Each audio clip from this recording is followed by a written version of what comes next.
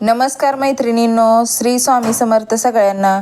गुढीपाडवा जवळ आला की प्रत्येक घरात एक वेगळीच लगबग सुरू होते आणि त्याची सुरुवात होते घराची साफसफाई करण्यापासून.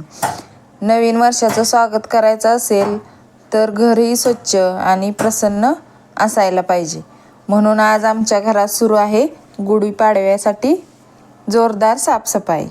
घराच्या प्रत्येक कोपऱ्यातील धूळ, कचरा आणि जुनी वस्तू काढून टाकत आहोत, कारण गुढीपाडवा म्हणजे फक्त सण नाही तर नवीन सुरुवातीचं प्रतीक आहे.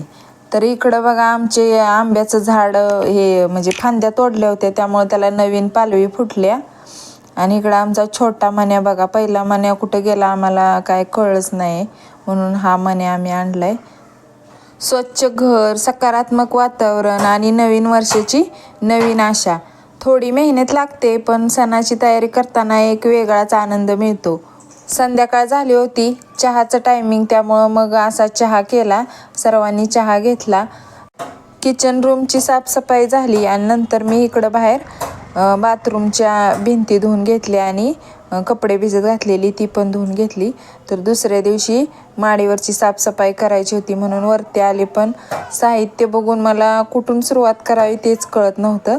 हा पुढचा दरवाजा आहे आणि इकडं बघा पाठीमागचा दरवाजा आहे. तर आम्ही शक्यतो एकच दरवाजा उघडतो. दोन्ही माडीवरचं झाल्यानंतर राहिल्या 2 खोल्या, तर मधली खोली पण स्वच्छ करून घेतली, भिंती पाण्याने पुसून घेतल्या आणि आता राहिली एकच खोली, ती पण स्वच्छ करून घेतली आणि पाण्याने भिंती पुसून घेतल्या. तर असा होता माझा आजचा दिवस. व्हिडिओ आवडल्यास व्हिडिओला नक्की लाईक करा, चॅनेलला सबस्क्राईब करा.